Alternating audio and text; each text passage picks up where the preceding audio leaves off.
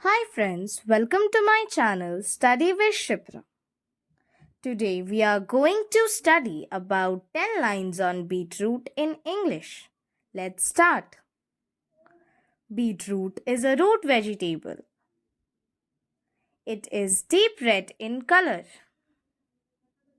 It is round in shape and sweet in taste.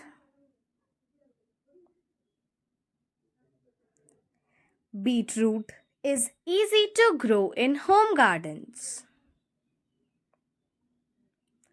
Beetroot can be eaten raw or cooked.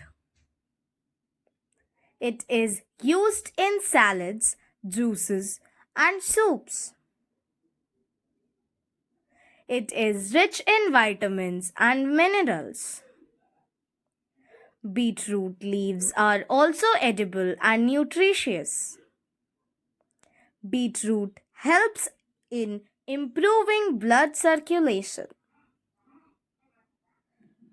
Beetroot is a healthy and nutritious food. Thanks for watching.